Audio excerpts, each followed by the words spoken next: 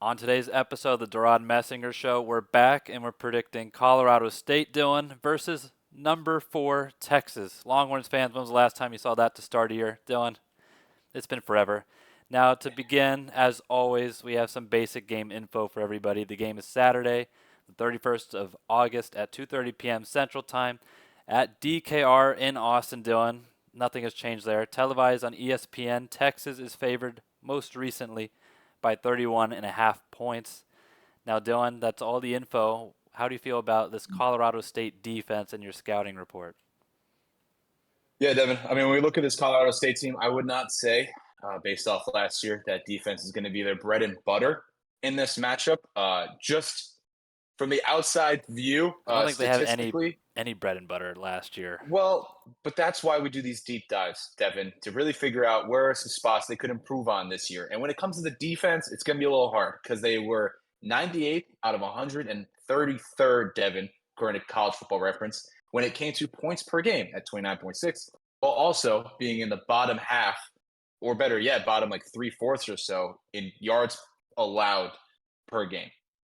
So going to be a little tough as well. Big loss on the other side when it comes to defensive end Mohamed Kamara, who went to the NFL, Devon, fifth round draft pick, but he was also the Mountain West Defensive Player of the Year. So they're going to be losing 13 sacks, 17 tackles for loss, and 56 tackles on that side that they're going to have to figure out how to get with guys they had last year coming off the bench. So that's going to be something to watch in this game is how they can really get pressure on you or specifically, Devon, of course, on defense.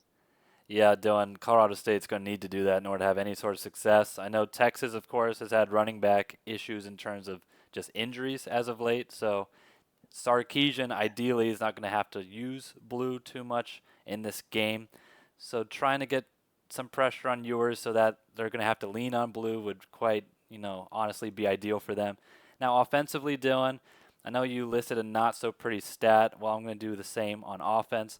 Last year, according to Football Reference, they were 76 out of 133 in scoring per game. Not too pretty there, Dylan. Jay Norvell, I know Sarkisian was praising him in the weekly press conference.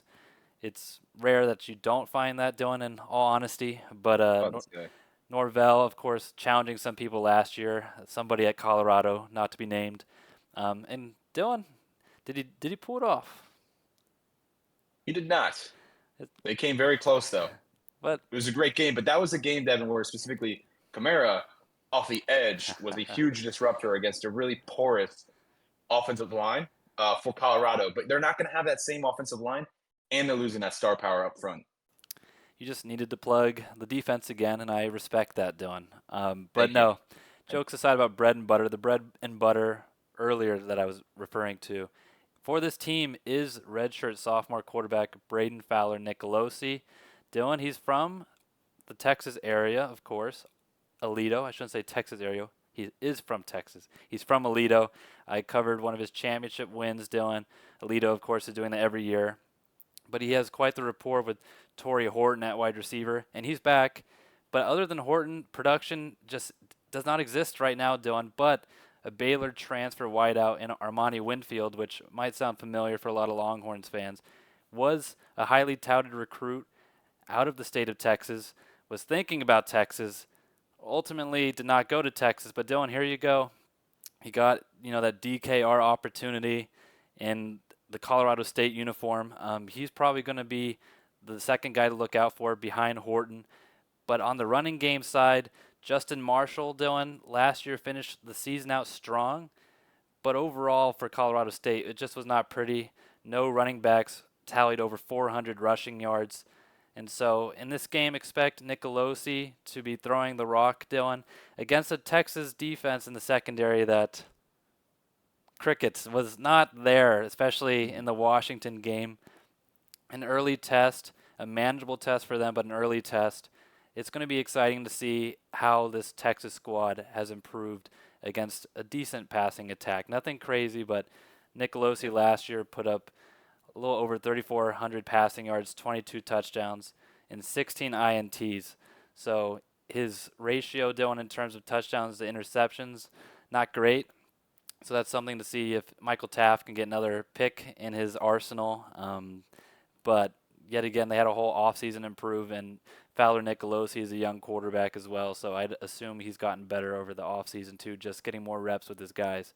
But Dylan, we're going to go to the next topic here, X Factors. Who do you see being an X Factor in this game? Well, I mean, if we're really going to talk about the Colorado State side of things, specifically on defense, it's going to come down to that front seven. Devon, they're going to be led by middle linebacker Chase Wilson, who last season had 107 tackles as well as 8.5 tackles for loss. But from that point, they're going to be suffering up front four specifically, because again, I'm going to say his name again. They lost Kamara, right? So they got defensive tackle James Mitchell up front with a 1.5 sacks, Devon, last year, and 4.5 tackles for loss. So again, they're losing a lot of that star power up front and talent that they're going to have to replace. And with these edge rushers that they got coming up from, the depth chart from last season and not playing as much, it's going to be tough against an offensive line in Texas that's ranked, top 5 in the nation. So that's going to be the biggest thing if they can get pressure on Ewers, because if not, it's going to be a long game. And if they can't stop Jadon Blue running the ball, it's it's going to be over before the first half, just with how fast Texas is. I appreciate you for that transition, Dylan. My X factor in this game, and honestly, the season. I mean, it's really early in the season. Literally, we haven't started yet, but I think the X factor this year for Longhorns has to be Jadon Blue after the injuries to C.J. Baxter and Christian Clark. He's going to be running the football quite often this game, Dylan.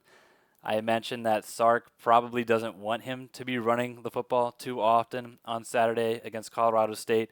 And so it's going to be up to Longhorns to see if they can manage that. But overall, he's still going to get a ton of opportunities. I don't want to put an over-under on the amount of carries, but Dylan, it's going to look like some Adrian Peterson Vikings days sort of numbers, I feel like.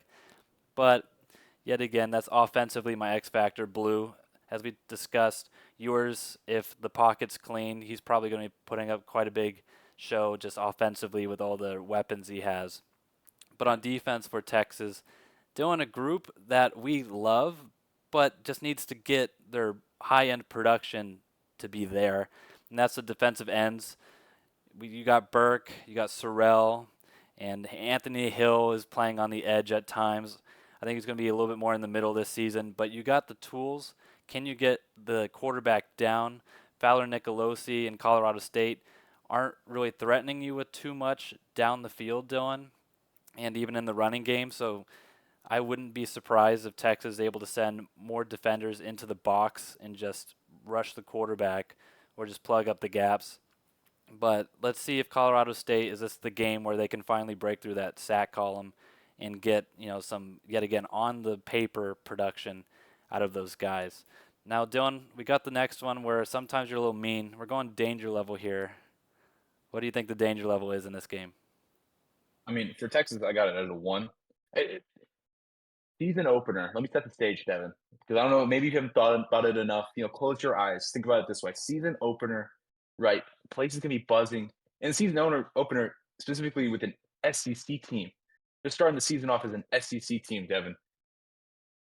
This this is the new era that they're beckoning in, and they're bringing Colorado State to open it up and show off all of their new toys on offense. Right? You don't just bring over Bolding, Golden, and Bond for nothing to run Trademarked all over the field. Yeah, trademarked already too. So they're going to be throwing that around. They're by also me, going to but be yes. showing yeah, what they're capable of in the run game with the offensive line. Because we talk about the bread and butter this entire episode. That's the offense for Texas. And Colorado State, when you look at the numbers from last season and what they've added, they added 2 grad transfers from, I believe, Navy and Nevada. That's been their additions in the secondary. And they have not seen this level of talent coming over that Texas has had. So I don't really see necessarily the danger here with Colorado State, other than they keep it close to the first half. People are kind of like, what's going on here? And then the top comes off again with Texas. I will say Colorado State's very well coached. They're a disciplined team, so they're not going to necessarily beat themselves, but it's just the talent disparity that you got with Texas.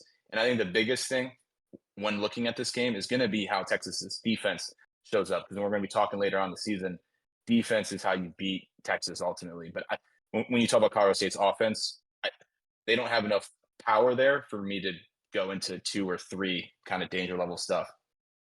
Yeah, Dylan, I just had to jump in on the Bolden, Golden, and Bond because NIL opportunities. You always do. Please, Yeah. please come to me with that because I trademarked it mentally. But Dylan, no, you are right.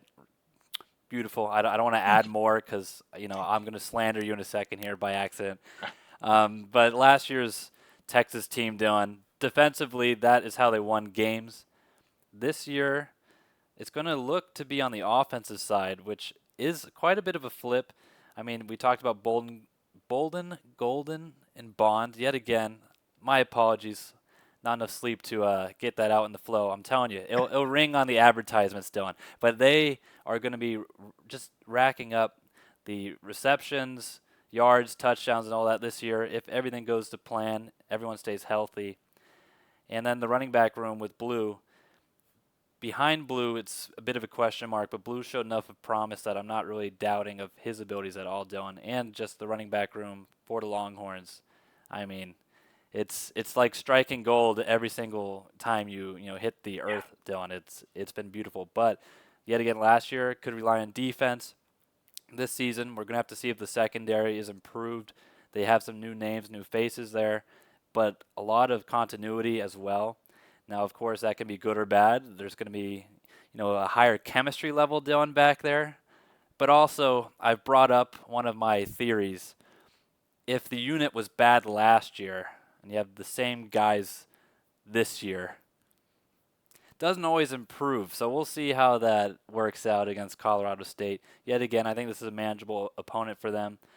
But still, my danger level, very long-winded, Dylan, is a 1.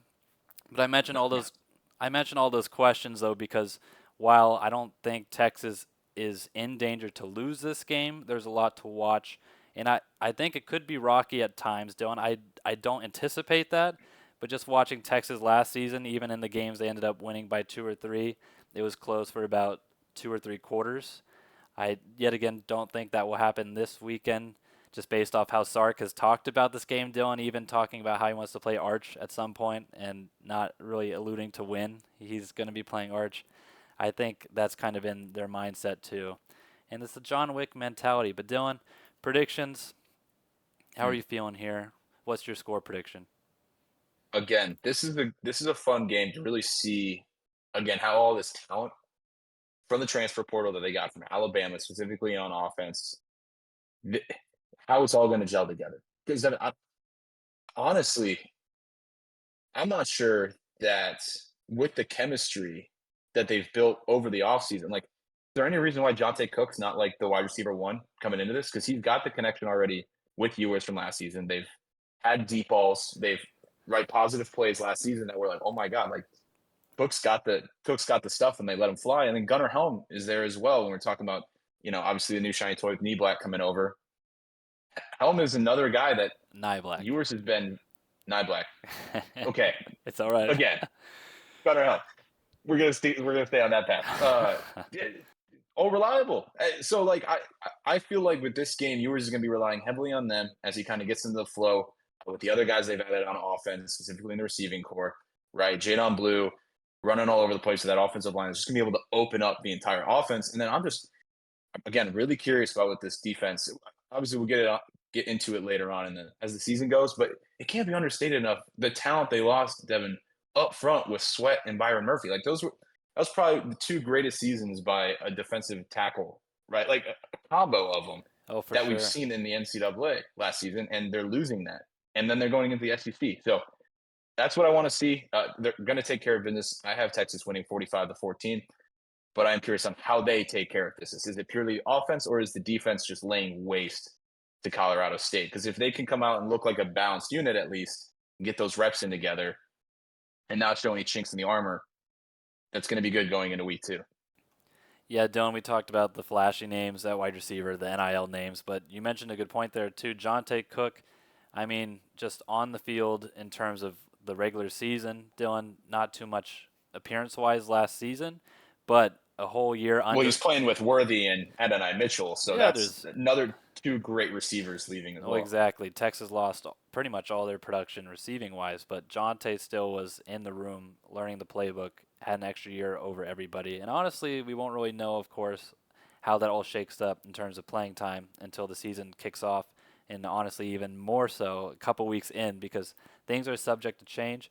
But Jonte Cook, Dylan, you mentioned that name, and then there's other guys too, DeAndre Moore, Ryan Wingo, the freshman. Even you heard glowing reviews in the spring about him. He shined in the spring game as well. And Sark just has literally his bag of tricks right now. So we're going to see offensively how they all look. But not to tease my score prediction any longer, I do have Texas winning 41-13.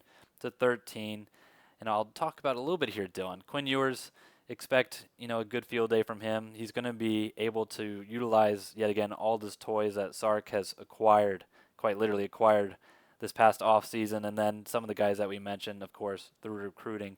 But Ewers is going to be on him because you don't want Blue yet again to put too much wear on those tires, Dylan.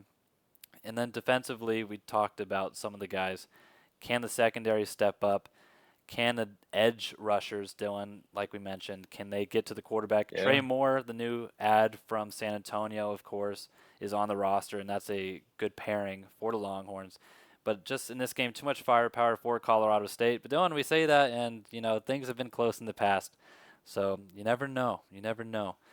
But more importantly, Dylan, than our thoughts and predictions, what are you predicting for this game? Let us know down below. Don't forget to like and subscribe, and as always, have a great rest of your day.